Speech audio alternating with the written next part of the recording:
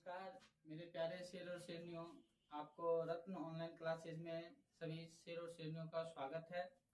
आज मैं previous year का क्वेश्चन लेकर आया हूं, जो आपका एनटीपीसी और ग्रुप बी से संबंधित सभी क्वेश्चन है।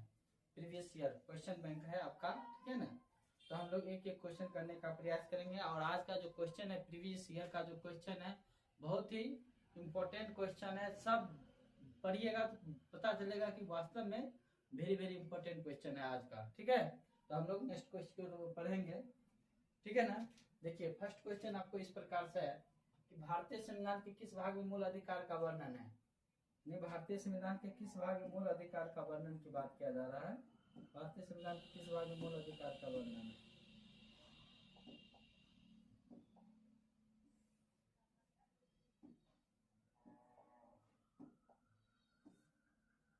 ठीक है, तो हम लोग पहला क्वेश्चन जो इस प्रकार से है कि भारतीय संविधान के किस भाग में मूल अधिकार का वर्णन है। मूल अधिकार का वर्णन है, ठीक है ना। तो भारतीय संविधान जो मूल अधिकार है आपका, भाग आपका 5 दिया हुआ, भाग 3 दिया हुआ, भाग 6 दिया हुआ, भाग 4 दिया हुआ। तो आपका आंसर हो जाएगा भाग 3, ठीक है। कितना हो जाएगा? मूल अधिकार कहिए या मौलिक अधिकार। मूल अधिकार या मौलिक अधिकार। मूल अधिकार या मौलिक अधिकार आपका भाग कितना है? भाग आपका 3 है। अब भाग 3 को भारतीय संविधान का मैग्ना कार्टा बोला जाता है। भारतीय संविधान का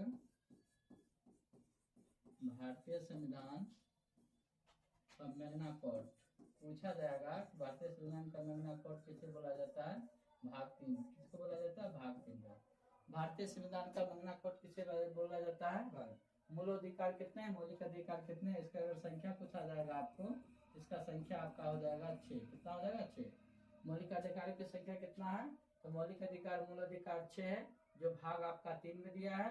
और भारतीय संविधान का मैग्ना कार्टा कहलाता है। क्या कहलाता है? भारतीय संविधान का मैग्ना कार्टा कहलाता है। याद रखिएगा, वेरी वेरी इंपॉर्टेंट है। पूछा है भारतीय संविधान कौन सा भाग मैग्ना कार्टा कहलाता है? भाग 3। मौलिक अधिकार और मूल अधिकार की संख्या कितना है? 6, ठीक है ना। मूल अधिकार कितने में है? भाग 3 में। नेक्स्ट पेज की ओर हम लोग बढ़ेंगे।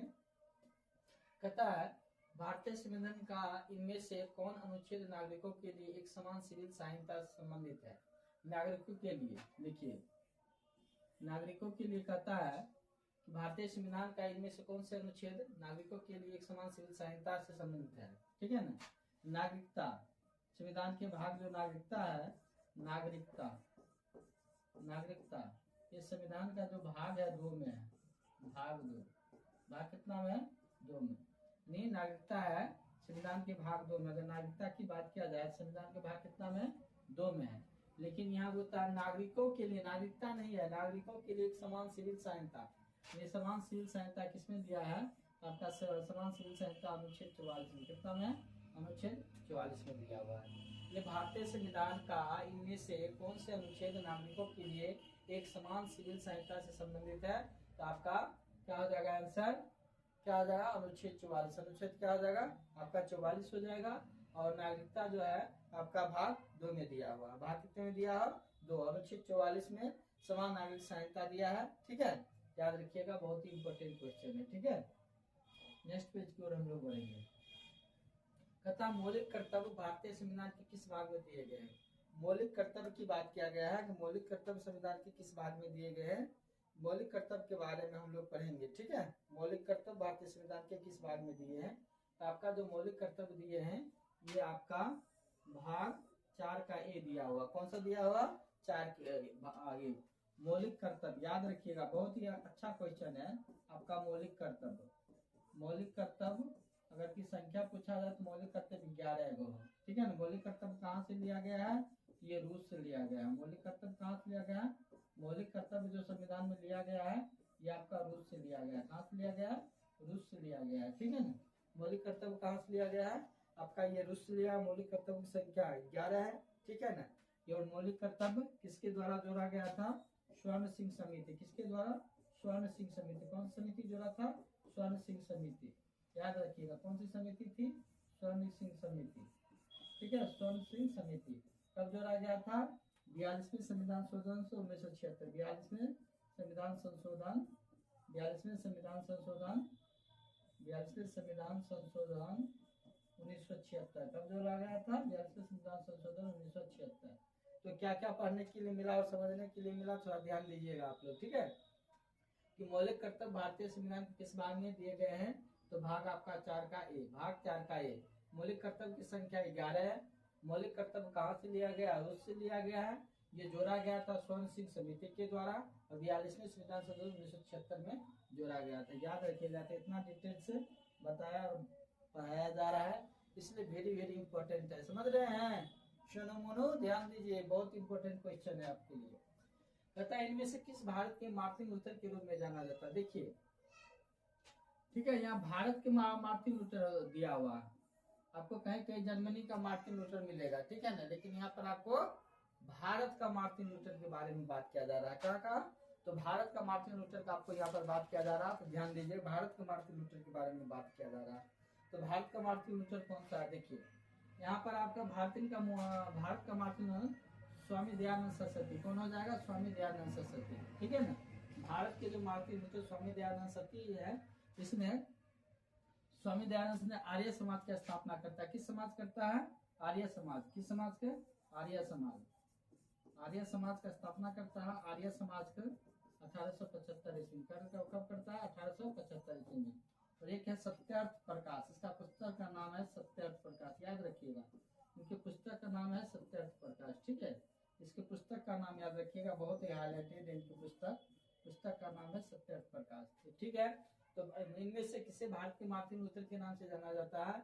तो भारत के जो मार्टिन लूथर है आपका किसको? दयानंद सरस्वती है, जो आर्य समाज की स्थापना किया था 1875 में। और पुस्तक जो इनका नाम है सत्यार्थ प्रकाश। क्या नाम है इसका? पुस्तक का नाम है सत्यार्थ प्रकाश, ठीक है।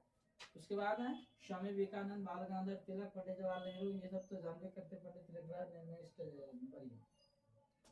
कहता है किसे फादर ऑफ इंडियन सर्विसेज कहा जाता है? देखिए, फादर ऑफ इंडियन सर्विसेज की बात किया जाए, सबसे बड़ी इंपॉर्टेंट है Indian services. Father of Indian services किसे कहा जाता है? Pandit Jawaharlal Nehru, doctor Rajendra Prasad, Lord Cornwallis, Sardar Vallabh भाई पटेल। तो यहाँ इंडियन दिया हुआ, इसलिए आपको ये हो जाएगा सरदार वल्लभ भाई पटेल। आंसर में आपका क्या हो जाएगा? सरदार वल्लभ भाई पटेल। क्या होगा आंसर? सरदार वल्लभ भाई पटेल। और ये सरदार की जो उपाधि दिया था, ये महात्मा गांधी दिया था। सरदार की उपाधि किसने दिया था? तो महात्मा गांधी। कौन दिए थे? महात्मा गांधी। सरदार की उपाधि किसने दिए थे? तो महात्मा गांधी जी ने दिए थे सरदार की उपाधि, ठीक है ना। उसके बाद इन्हें लौह पुरुष की उपाधि मिला हुआ है। लौह पुरुष क्या कहा जाता है?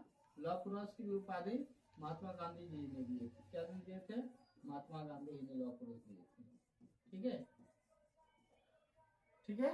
तो नेक्स्ट हम क्वेश्चन की ओर बढ़ेंगे। इसके बाद है फोर्ट ब्लॉक पार्टी के संस्थापक। फोर्ट ब्लॉक पार्टी के संस्थापक कौन है? जो फोर्ट ब्लॉक पार्टी के जो संस्थापक है, ये आपको 1939 में हुआ। कब हुआ है? 1939 ईस्वी में। फोर्ट ब्लॉक की स्थापना कब हुई? 1939 में। संस्थापक आपका कौन है? सुभाष चंद्र बोस। कौन सा है? Subhash Chandra Bose. Forward block party के संस्थापक कौन है? सुभाष चंद्र बोस। कब हुआ है? 1939 ईस्वी में इस पार्टी का गठन होता है, ठीक है। उसके बाद सुभाष चंद्र बोस के अगर हम बात करें राजनीतिक गुरु, उनका सुभाष चंद्र बोस के राजनीतिक गुरु की बात किया जाए, सुभाष चंद्र बोस के राजनीतिक गुरु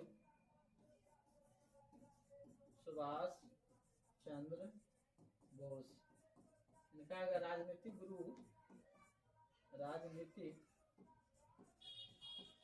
राजनीतिक गुरु की बात किया जाए, ये है चित्तरंजन दास। कौन है? चित्तरंजन दास। राजनीतिक गुरु चित्तरंजन दास, याद रखिएगा। राजनीतिक गुरु पूछा जाएगा चित्तरंजन दास, और इसमें आध्यात्मिक गुरु पूछा जाएगा आध्यात्मिक गुरु में आप आंसर कीजिएगा स्वामी विवेकानंद। स्वामी विवेकानंद,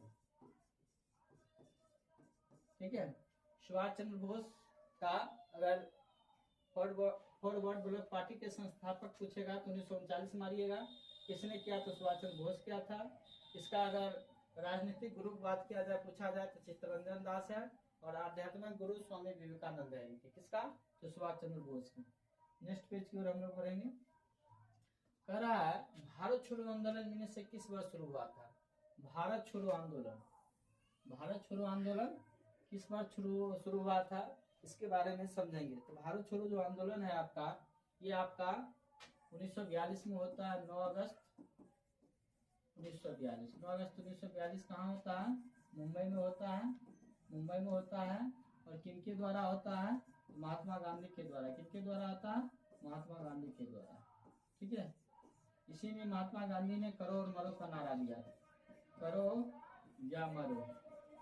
इसको इंग्लिश में क्या बोलेंगे? डू और डाई।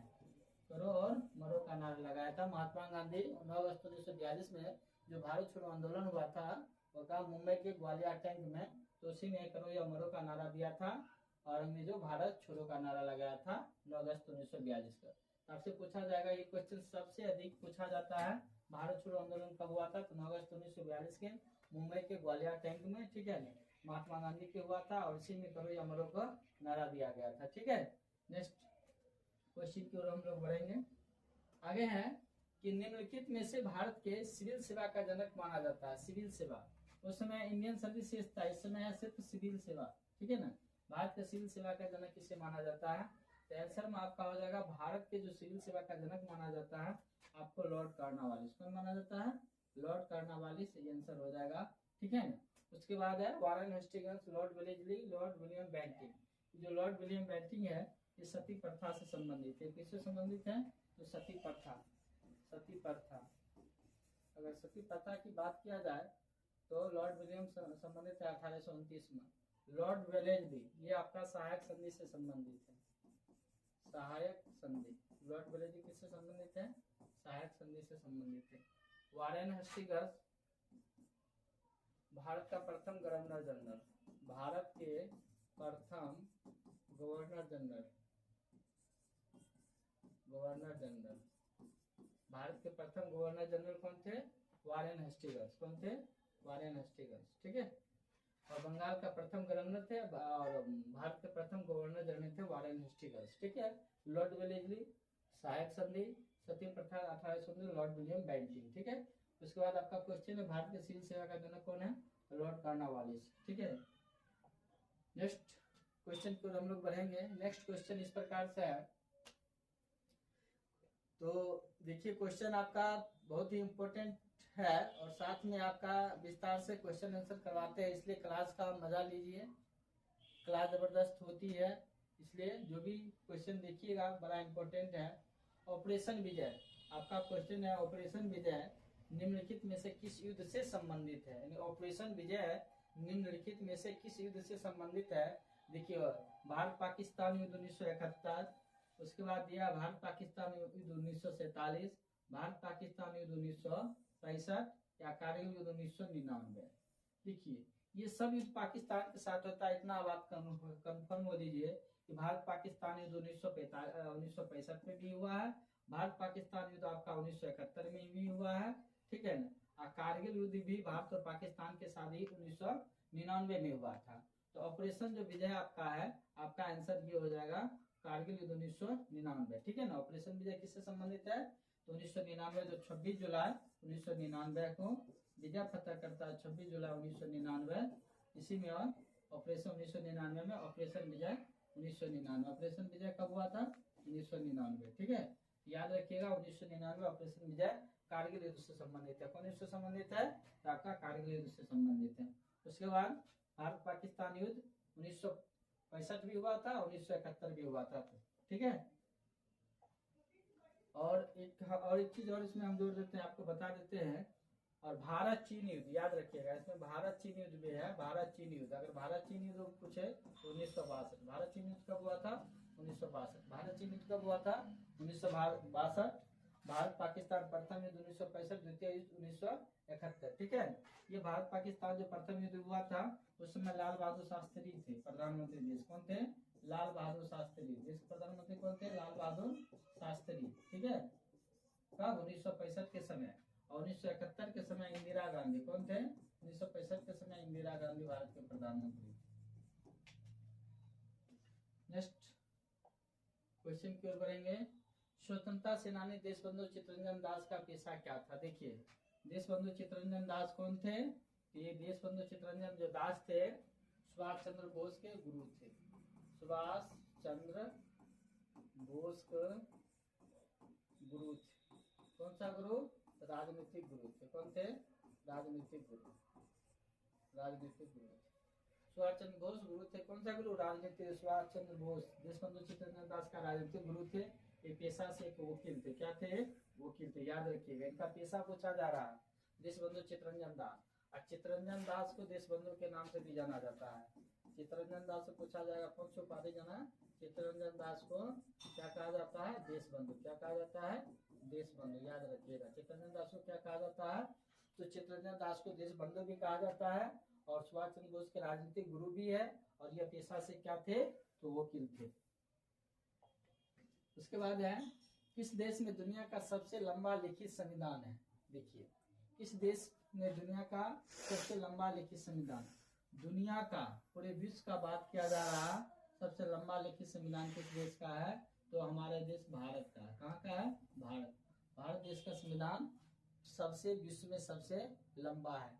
इसको सिर्फ विचार विमर्श करने में लगभग, आपको लगभग नहीं तुरंत बता, विचार विमर्श करने में, इसको सिर्फ संविधान को तैयार करने में आपको विचार विमर्श में 114 दिन लगा था।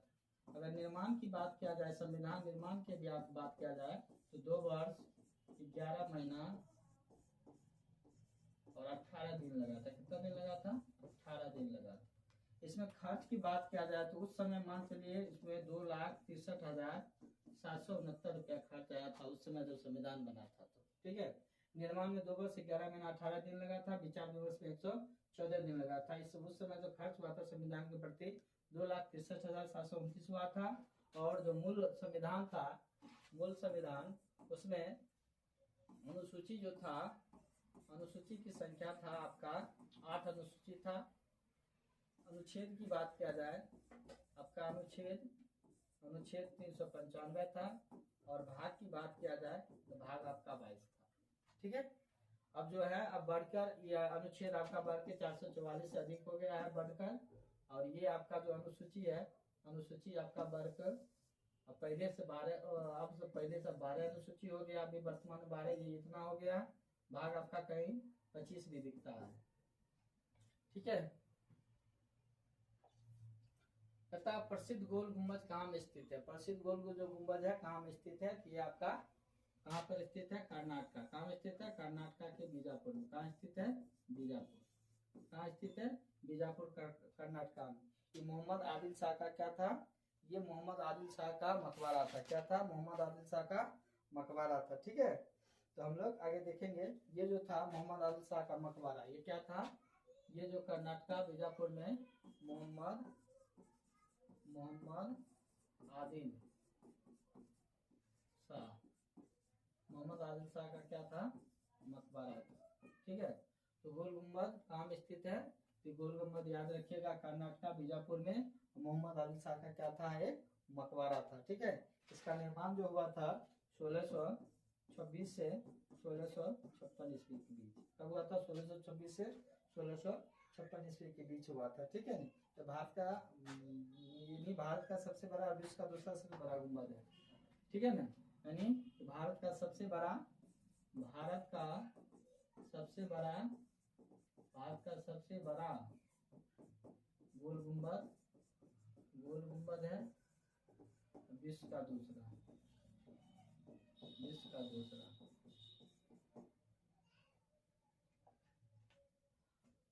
हम लोग आप नेक्स्ट क्वेश्चन की ओर बढ़ेंगे। नेक्स्ट क्वेश्चन मेरा क्या है, सो देखिए, विश्व प्रसिद्ध स्वर्ण मंदिर की आधारशिला किसने रखी थी? देखिए, स्वर्ण मंदिर की आधारशिला, विश्व प्रसिद्ध स्वर्ण मंदिर की आधारशिला किसने रखी थी? मोहम्मद इकबाल, हजरत मियाँ मीर। ठीक है ना, हजरत मियाँ मीर हो जाएगा आपका, हजरत मियाँ मीर। ठीक है, हजरत मियाँ मीर, अशरफ अली थानवी और मोहम्मद उल हसन। ठीक है, स्वर्ण मंदिर, देखिए यहाँ स्वर्ण मंदिर की बात किया जा रहा है, और यहाँ पर ये सब जो नेम है वो आपका मुस्लिम नेम है। तो इसके लिए देखिए आपका ये आंसर हो जाएगा हजरत मियाँ मीर। कौन सा हो जाएगा? हजरत मियाँ मीर। याद रखिएगा, विश्व प्रसिद्ध जो स्वर्ण मंदिर है की आधारशिला किसने रखी थी? तो आपका कौन रखा था? तो ये जो है आपका हजरत मियाँ मीर। कौन रखा था? हजरत मियाँ मीर रखा था। सिख धर्म के पहले गुरु कौन थे? सिख धर्म के पहले गुरु, सिख धर्म में देखिए, यहाँ पर देखिए सिख धर्म के बारे में कुछ हम लोग जान जाते हैं। सिख धर्म के जो संस्थापक थे नानक थे। कौन थे? गुरु नानक। सिख धर्म के संस्थापक कौन थे? गुरु नानक। इनका जो जन्म हुआ था वो 1469 हुआ था तलवंडी। क्या हुआ था? तलवंडी में हुआ था। और इनकी मृत्यु जो हुआ था आपका 1539 करतारपुर में। क्या हुआ था? करतारपुर में। तलवंडी अब पाकिस्तान में पड़ जाता है। तलवंडी अब कहाँ पड़ता है? पाकिस्तान। उस समय पंजाब में पड़ता था, अभी वर्तमान में पाकिस्तान में पड़ता है। ठीक है ना।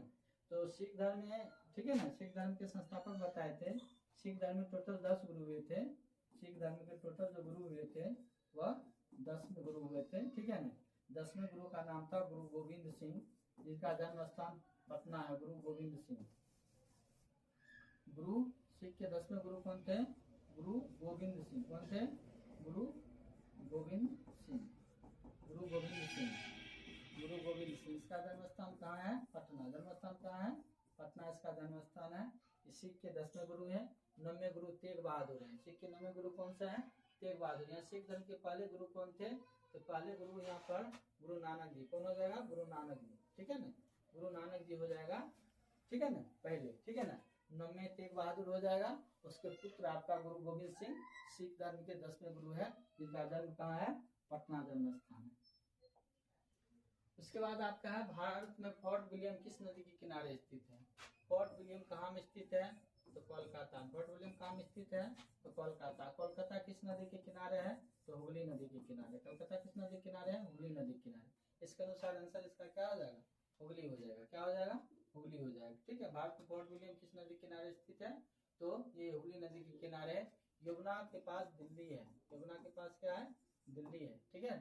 यमुना के पास क्या है? दिल्ली है। कलकत्ता आपका, ठीक है, हुगली है, और हुगली नदी के किनारे फोर्ट विलियम है। ठीक है। नेक्स्ट क्वेश्चन की ओर बढ़ेंगे। तृतीय मैसूर युद्ध कब लड़ा गया था? तृतीय मैसूर युद्ध, मैसूर का शासक, ठीक है ना, मैसूर की शासक की बात किया जा रहा है। तो मैसूर युद्ध कब लड़ा गया था? तो आपका 1790 और 92 लड़ा गया था। ये युद्ध टीपू सुल्तान से। मैसूर के शासक, पूरा लिख देते हैं, मैसूर के शासक, मैसूर के शासक टीपू सुल्तान, मैसूर के शासक टीपू सुल्तान, मैसूर के शासक टीपू सुल्तान। तृतीय मैसूर युद्ध 1790-92 हुआ था। इसी में हुआ था आपका टीपू सुल्तान दक्षिण भारत का एक ऐसा शासक था जो अंग्रेजों के साथ युद्ध लड़ा था। इस युद्ध में भले हार हुई, ठीक है ना, लेकिन बहुत अच्छे तरह से इनको पछाड़ने का काम किया था। कौन? टीपू सुल्तान, ठीक है ना, मैसूर का शासक है। और उस समय जो इनके साथ अंग्रेज जो लड़ाई लड़ा था उसका नाम था लॉर्ड कर्नवालिस। कौन? क्या नाम था? Lord Cornwallis. Lord Cornwallis. मतलब ये जो युद्ध लड़ा था उस समय कौन था? अंग्रेज के तरफ से युद्ध करने वाला लॉर्ड कर्नवालिस था। कौन था? Lord Cornwallis. टीपू सुल्तान के अंग्रेज के साथ जो युद्ध हुआ था, लॉर्ड कर्नवालिस। 1792 में जो संधि हुई थी, 1792 जो संधि है, तो संधि को किस नाम से जाना जाता है? तो श्रीरंगपट्टनम की संधि। श्रीरंगपट्टनम, श्रीरंगपट्टनम की संधि के नाम से जाना जाता है। नेक्स्ट हम लोग क्वेश्चन की ओर बढ़ेंगे। कहता प्लासी का युद्ध किस नदी के किनारे पर हुआ था? प्लासी का युद्ध किस नदी के किनारे हुआ था? प्लासी का युद्ध जो हुआ था आपका, ये प्लासी का युद्ध आपका, ठीक है ना, 23 जून 1757 ईस्वी का होता है। कब होता है? 23 जून 1757 का होता है। ये आपका भागीरथी नदी के किनारे होता है। किस नदी के किनारे होता है?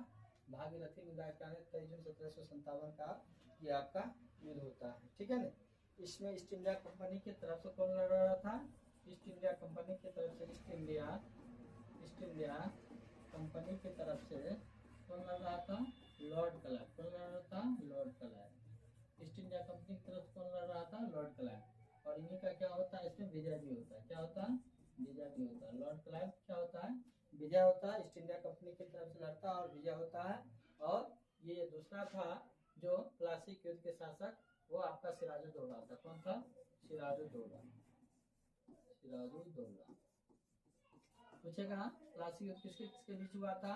तो लॉर्ड क्लाइव के बीच और सिराजुद्दौला के बीच, जिसमें ईस्ट इंडिया कंपनी की तरफ से लॉर्ड क्लाइव था और जो अंग्रेजों के साथ था और सिराजुद्दौला को हराने का काम क्या था, और किस नदी के किनारे हुआ। यहाँ नदी के किनारे पूछा जा रहा है तो भागीरथी नदी के किनारे हुआ था। किस नदी के किनारे हुआ था, तो भागीरथी की नदी के किनारे ये हुआ था। ठीक है, नेक्स्ट क्वेश्चन को हम लोग पढ़ेंगे। आपका है, भारत में अंग्रेजों द्वारा यात्रियों के लिए रेलवे की शुरुआत किस वर्ष की गई थी। देखिए बहुत ही मस्ट क्वेश्चन है कि भारत में अंग्रेजों के द्वारा यात्रियों के लिए रेलवे की शुरुआत कब की गई थी। रेलवे की शुरुआत आपको 1853 में हुआ था। कब हुआ था, 18 में 16 अप्रैल अगर बात किया जाए डेट के साथ तो 16 अप्रैल 1853, 16 अप्रैल 1853, ठीक है ना। 16 अप्रैल 1853 में प्रथम रेल जो चली थी मुंबई से थाने के बीच। कब चली थी, मुंबई से थाने के बीच। ठीक है, मुंबई से थाने के बीच। इसका अगर दूरी की बात किया जाए यह 34 किलोमीटर चलते। कितना किलोमीटर चला था, 34 किलोमीटर। इसके कितना चला था, ये 34 किलोमीटर चला था मुंबई से थाने के बीच। ठीक है ना। इस समय जो था भारत में, इसमें 1853 में आपका किसका शासन था, इस समय जो शासन था लॉर्ड डलहौजी का। किसका था, लॉर्ड डलहौजी का।